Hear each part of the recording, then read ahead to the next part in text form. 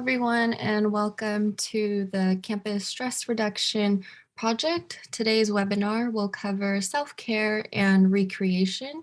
My name is Nada Lynn Reyes, and I am an MSW intern at Fresno City College. Hello, my name is Enrique Mercado. I'm also an MSW intern at Fresno City College. And we would like to thank you for joining us today. So before we begin, we would like to conduct a quick poll just to examine if you are engaging in healthy self-care practices. So I'll give you some time to answer the poll.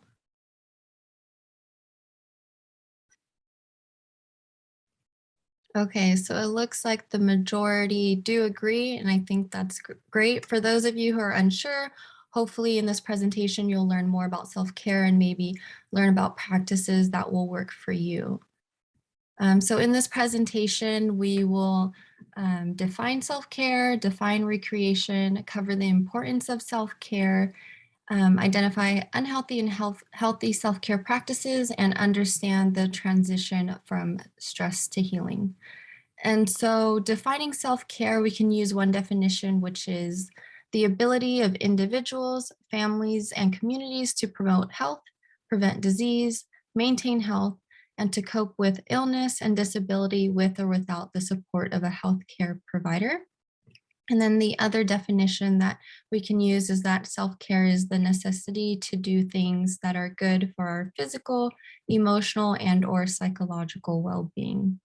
So you might find it a little bit strange that we have a presentation dedicated to self-care, thinking, self-care is easy. But because this is part of a stress reduction series and how common self-care is often an afterthought when dealing with stress, it is a very important topic to discuss. And so having self-care as an afterthought is part of the reason why we may feel burnt out and overwhelmed. And self-care does have an intentional nature element to it. So that means self-care should be intentional and you should be mindful in your practices. And so when we think of self-care, sometimes or oftentimes we may think that it's only getting pedicures, manicures, doing face masks each week. I personally thought it had to be something luxurious that I had to spend my money on to make me feel a little bit better. And it took me some time to unlearn that myth that it had to be an occasional pamper. And I really had to explore better habits and practices to help me prevent my stress and to have a healthy mind without needing to exactly spend my money.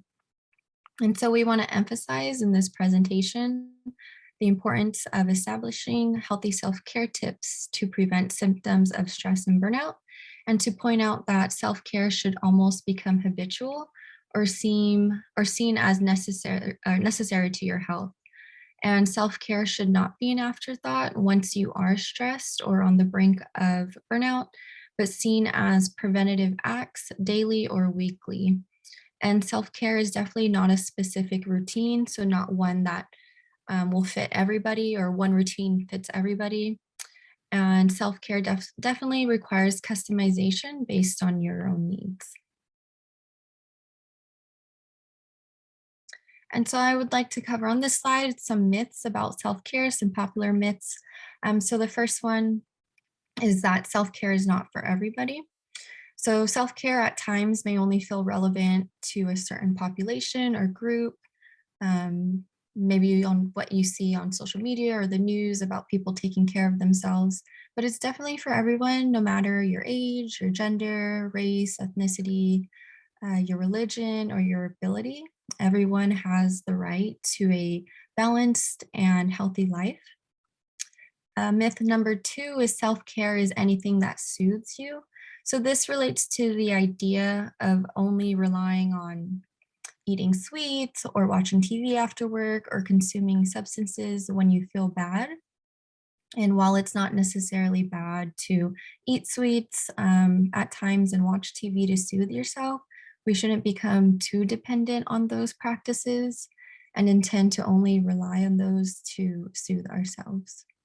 Myth 3 is that self-care is selfish. So this is very common for people to think and feel this way, especially when you have other responsibilities, such as your work responsibilities, family and friends to take care of. But for the sake of your wellness, you oftentimes will have to put yourself first in order to take care of others. Myth number 4 is that self-care is always relaxing. So this is the one that I mentioned in thinking what self-care was, that self-care must be relaxing, but it's definitely more than that.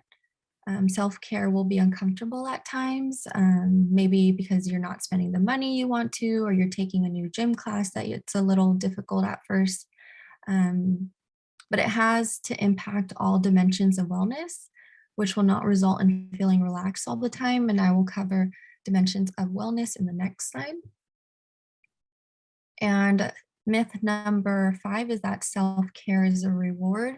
So, taking care of ourselves, unfortunately, doesn't always deserve recognition, and it's not something to do only after a long week. It's to be practiced regularly and intentionally.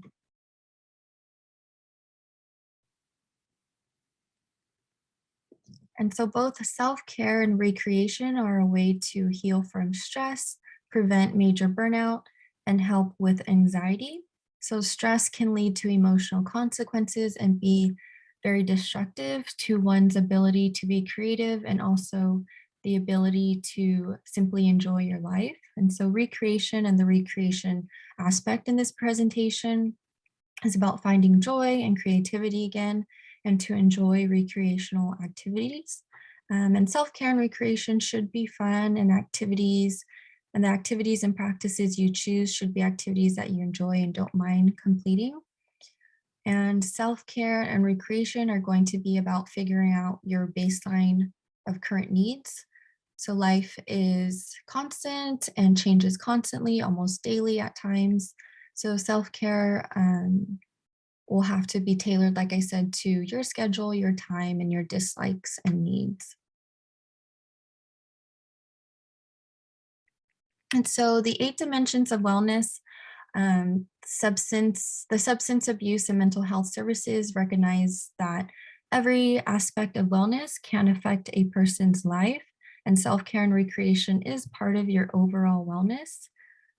Creating balance is also part of your wellness. So there are 8 dimensions of wellness that are important to understand in terms of self-care and wellness. So beginning with emotional. So the emotional dimension, so that's the ability to express your feelings, adjust to emotional challenges, cope with life stressors, and to enjoy your life. So an example of partaking in the emotional dimension would be talking to someone, whether that be a friend, family member, counselor, therapist, or journaling. That could be in a notebook or on your computer or on your phone. The spiritual dimension is a broad concept, so that represents one's personal beliefs and values, and it involves having meaning, purpose, a sense of balance, and peace. So, an example would be meditating or helping those in need. And the intellectual dimension would be keeping our brains active and our intellect expanding, and it's recognizing your creative abilities. So, that could be trying something new or just being mindful of the world around you. And then the physical dimension is having a healthy body. It's the food you eat, the exercise you partake in, and appropriate health care. So an example would be being active daily or seeing your physician when you're ill. The environmental dimension is involving individuals being able to be safe and feel safe. It occupies pleasant and stimulating environments that support your well-being. So an example would be to avoid littering or to recycle. The financial involves your income, debt, savings, your understanding of financial resources around you and financial processes. That an example would be cutting back on unnecessary purchases or developing your own financial plan. The occupational dimension reflects personal values, interests, and beliefs. also including employment. So an example could be training for promotion or taking on a task that you enjoy.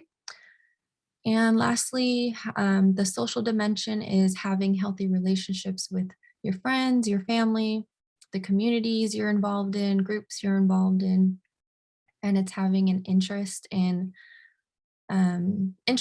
concern for the needs of others and humankind. So an example would be keeping in contact with your friends and your family and engaging in healthy social media use. So you can implement and practice these 8 dimensions while you're even at work. Self-care and recreation doesn't only have to be when you're off duty. Um, so an example I could give is that you could be training for a promotion at work and making sure you're not engaging in social media while you're at work. And then you could be meditating for 5, 10, 15 minutes, however long on your breaks. After work, you can go for a 10, 20-minute walk at your local park while also picking up a litter on the way wherever you're walking. And you can also invite a family member, a friend, a coworker to walk with you. So that example right there engages around 6 out of the 8 dimensions. Self-care can be implemented at all of these 8 dimensions. And like I said, self-care and recreation is up to you and how you would like to define it. And it's all up to your likes and dislikes. So by partaking in your self-care and recreation, you'll find that it benefits you greatly. There are physical benefits and psychological benefits. So some of the physical benefits include reducing heart disease, stroke, and cancer. It'll help reduce your headaches, upset stomachs, aches, pains, and tense muscles. If you're struggling with sleep, it can definitely help improve your sleep and reduce insomnia, improve your energy, and you'll be able to feel more refreshed and relaxed. And some psychological benefits include reducing your anxiety, depression, stress, feelings of being overwhelmed and burnt out. It'll help improve your concentration, increase your happiness and your self awareness, and it'll minimize your frustration and your anger. And it's good to remember that practicing self care, as we've talked about, doesn't always mean that you're choosing yourself over others. And I like to use the very cliche airplane attendant message where they ask you to put on your oxygen mask before you help others. But it's true, in order to take care of yourself or to take care of others, you must take care of yourself first. And so there are some causes of stress that can lead to poor self care or unhealthy self care practices. And so, not setting boundaries is a big cause of stress. So, whether that be not setting boundaries at work or personal, your personal relationships with your family, your friends, or romantic relationships, you're not putting yourself before others, you're feeling guilty, you're having poor sleeping habits, you're not spending time outdoors, you're neglecting yearly doctor's checkups, and you're ignoring your health symptoms and issues, you're not making time for yourself, and you're not engaging or you're engaging in poor drinking or substance use habits. Also, the last one here, not looking at your inner self for solutions, utilizing common knowledge. And so I believe that most of us know what it takes and what we can do to take care of our bodies at times. And so it's just looking at your inner self to see again what will work for you. So if you are engaging in any of these, like not setting boundaries, ignoring health symptoms and issues, you might want to consider on how you're able to switch to positive practices in order to help your stress and feelings of burnout or overwhelm. Now, Enrique will cover the transition from stress to healing and healthy self-care practices.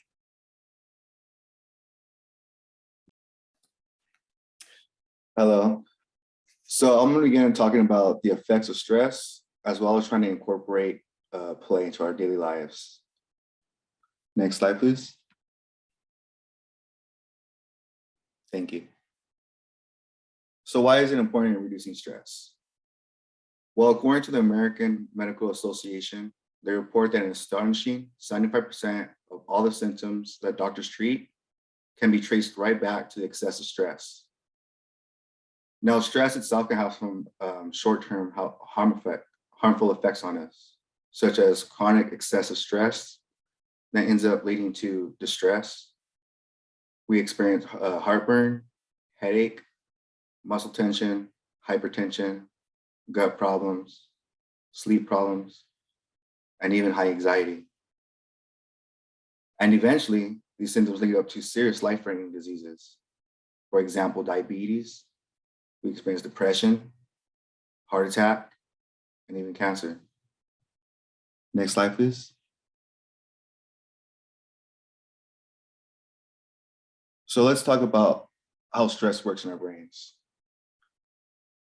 So like a car, your brain has a little engine and it's called the autonomic nervous system. And when we experience stress, this autonomic nervous system starts to rev up. And while this is great for our ancestors back then when they were fighting dangerous predators like a saber-toothed tiger, it's not really as useful today.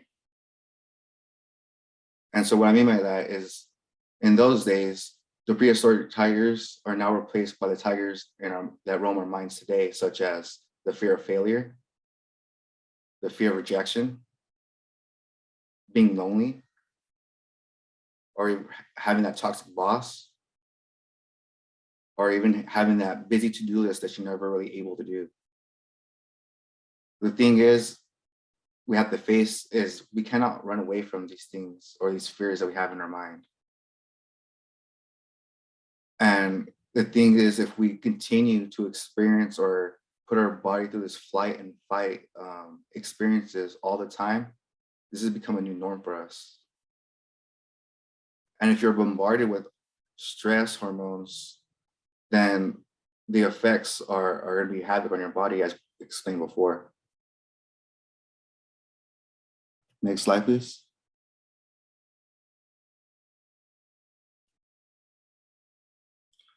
So neuroscience shows that when we practice mind and body medicine and connect this, you can get remarkable improvements in your emotional as well as your physical health.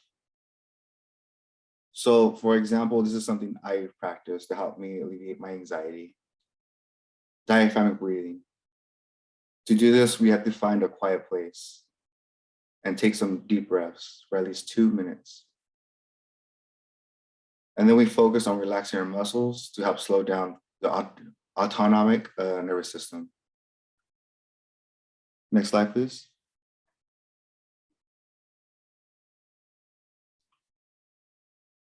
The second thing we need to focus on after is trying to calm the body, now that we've calmed the mind. And this can be challenging, especially when you experience chronic stress. Even when we are facing chronic pain and have to go through it, or when we're trying to relax and we have those racing thoughts after thought after thought, we find it hard to slow down our mind. However, we must remember to try to find ourselves to be in the present.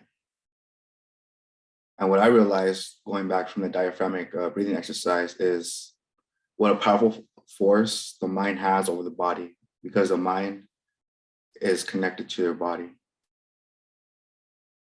And so when I talk about being in the present or acknowledging that moment,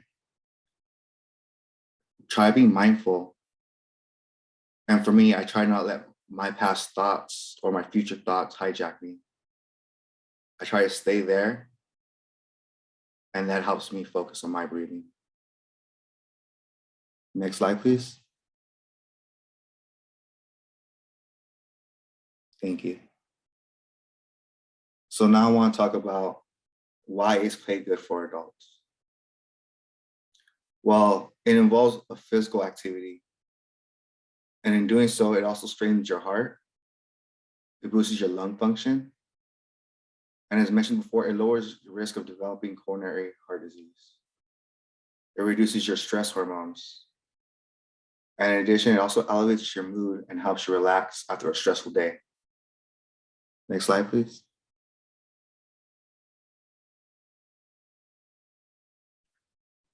So let's talk about play in general.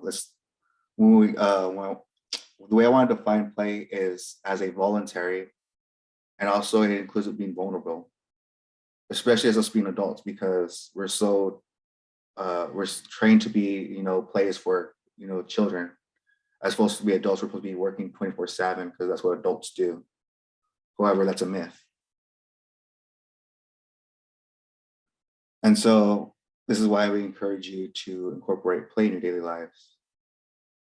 What feels like play to you may not feel the same to the next person. So an example of this is maybe for you, you enjoy going out and playing at the beach. Well, on the other hand, your friend might not enjoy it so much. And that's okay. There may be other things you guys enjoy together, or there may be other things you guys could come to an agreement to do. Next slide, please. Thank you. Now I want to talk about the healthy benefits of play.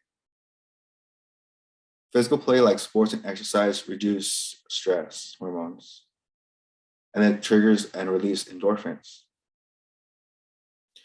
Another positive outcome out of play is laughter. It presents many kinds of benefits. And in addition, it releases those same feel-good hormones we feel when having that and enjoy the moment feeling. The act of laughing with others will foster a sense of camaraderie, and it strengthens those relationships with others. And also plays an important role as we age. Playing in social groups, this helps facilitate happiness. It wards off the depression and improves in cognitive health, and also reduces chances of developing age-related diseases such as Alzheimer's. Next slide, please. Thank you. So now I define play and why it's benefit. What counts as play? Well, try and think of play as more of a mental approach to activities and not just thinking particularly of the activity itself. We don't need to worry if the activity constitutes as play, just as long as you have fun with it and have a playful mindset. An example of having fun or doing things that are fun could be something as board games. It can be a crossword puzzle or any type of puzzle in general, swimming, or taking an exercise class. Next slide, please.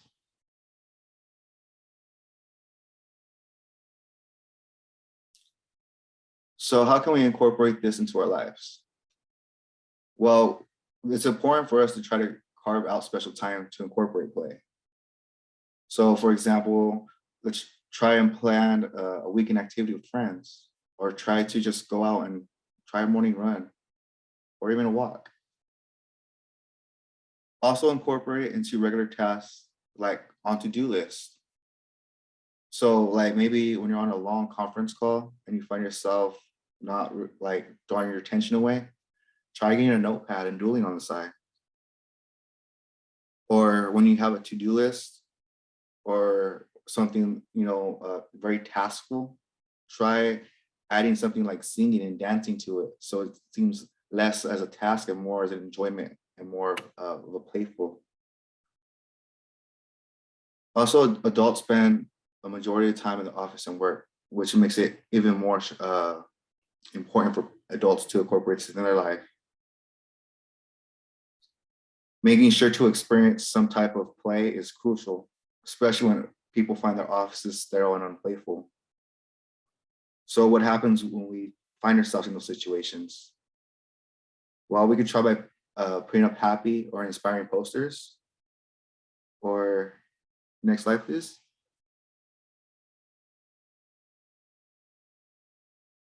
Thank you.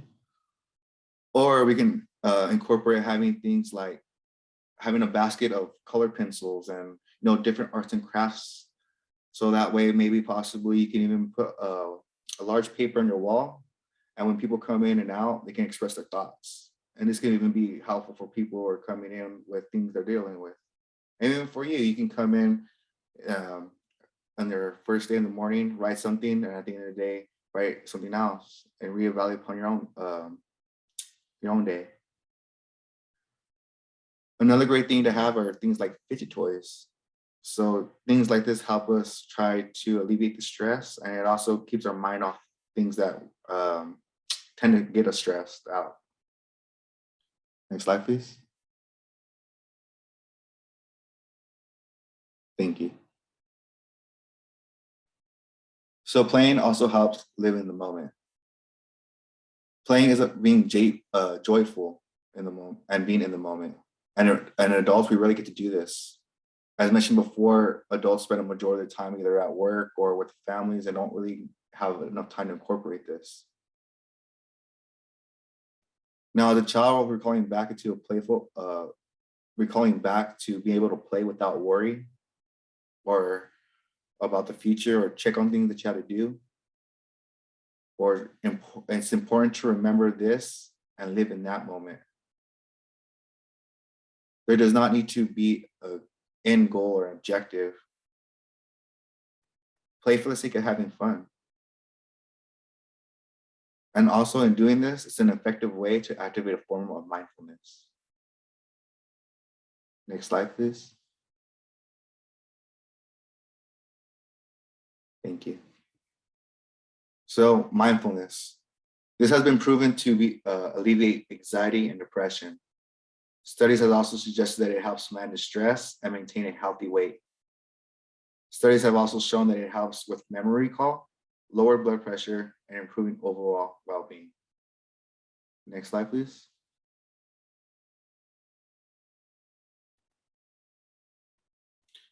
So next, I just want to show you guys a video. And it's just basically a summary of what I'm talking about, why it's important to incorporate play as an adult.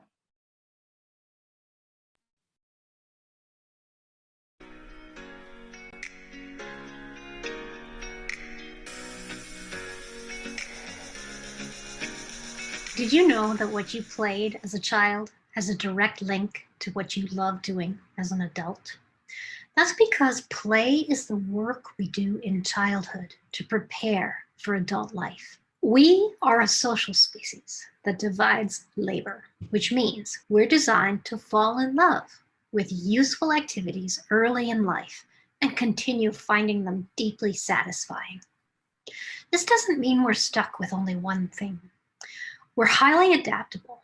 We may have chosen a career early on that didn't produce the rewards we hoped for. The great thing about being human is that we can change course. No one has to be stuck doing something that makes them miserable. And this doesn't even have to mean changing jobs. Sometimes it's merely a matter of listening more closely for opportunities or being more honest with supervisors about what we really want to spend our days doing. This is where Workplace Culture Store can really help. Sometimes it's a matter of approaching the work we presently do with a little more playfulness. Integrated workplace play doesn't interfere with work, quite the contrary. It provides the energy the brain needs to work with greater passion and intensity. It awakens that creative and exploring child in all of us, that pliable and brilliant creature that would stretch out and try things and was never afraid to fail, that laughing being that could almost burst because something was really that much fun. Plato famously said that you can learn more about a person in an hour of play than in a year of conversation. That's because play is a meta experience, which means it performs many cognitive functions simultaneously. It releases feelings of frustration. It restores hope and joy. It engages the mind in productive and educational tasks and reveals our authentic selves. Most of all, play is something we all share, so it connects us. When we made new friends in childhood, all we had to do was play together for a while. The same is true of adults. It's just a little more nuanced and takes a little more time for the adult to open up and allow themselves to be vulnerable. When we meet new people, friendship happens because we play together. We laugh, share stories, eat lunch together, shoot some pool. Before long, we're saying things like, "That's John. He's my friend." Remember, play is what we did in childhood to prepare for a life of satisfying work as an adult. It happened in that order for a reason. By stimulating creativity, engaging the imagination, and restoring awareness and energy, play prepares the brain for productive tasks. If we are forever working tirelessly in order to earn the right to play, then we're doing things backwards. We're always trying to be productive on empty tanks. That might be why we're all exhausted and disengaged. Workplace Culture Store has conducted years of research on the effects of play on the working adult. We've identified 15 types of play that are universal to all humans. They include role play, storytelling, humor, nurturing, building, dancing, art, music, puzzles, wrestling, risk-reward, collecting, structured games, exploration, and creating games. From that list, everyone has at least 3 that they loved as children and still enjoy in adulthood, only in the adult form. For instance, the storytelling child loves books and making up exciting tales for friends and family. Those children grow up to do TED Talks and podcasts and television productions. The building child loves Legos and forts and building sandcastles. In adulthood, they become engineers and architects, or they renovate homes for a living. The collecting child gathers objects like coins, buttons, bugs, stamps. In adulthood, they often enter careers in retail, archaeology, or they collect antiques. What did you love as a child? Odds are you're still doing it.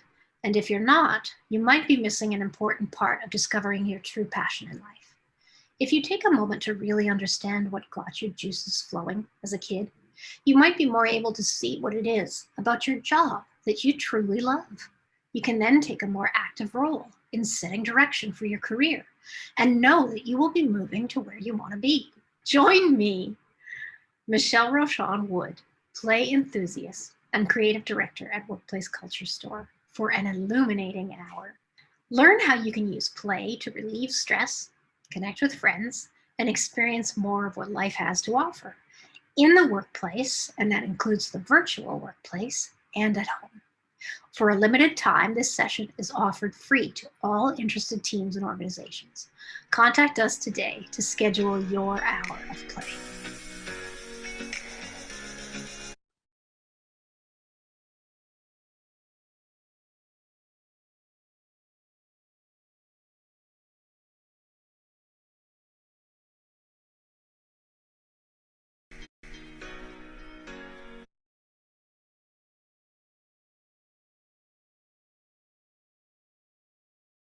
And so on this slide, we listed some further resources for you. So if you're interested on any TED Talks, podcasts, articles, there's an article for a list of books about self-care. This will be posted on the chat if any of you are interested. And then if you have any questions or comments more about self-care, or just want to be in touch with the coordinators or the MSW interns, here is our contact information, and that will also be posted in the chat.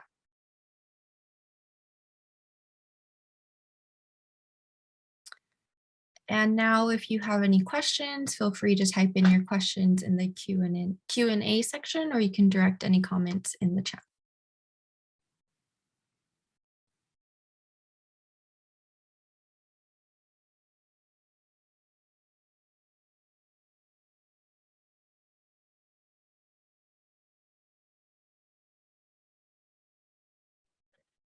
Nadalyn, I've also enabled the raise hand section. If people want to speak, ask their questions verbally. But Jeannie Morgan wants to know, are there any good videos you can suggest aside from the one that you just showed us? Yes. Yeah, is it about play? Is the question about play or self-care? Sorry, Enrique, you can go. Oh, no, that was my question to you. You're fine. Thank you.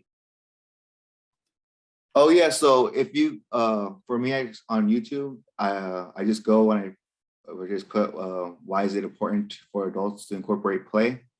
And there's a whole list of videos and resources that you can pull from. And I think they're you can find of interest as well.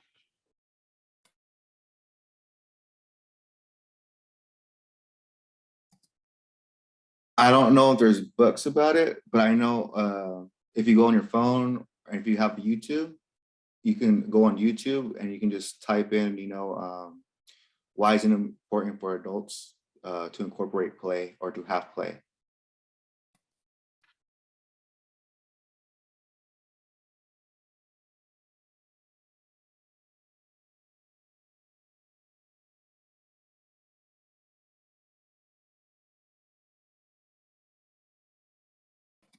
You're welcome.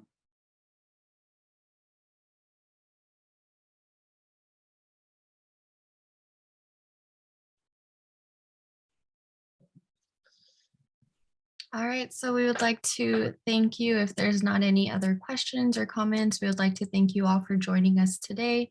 And again, feel free to contact us if you have any additional questions about self-care. And we hope you have a good day. Thank you. Thank you.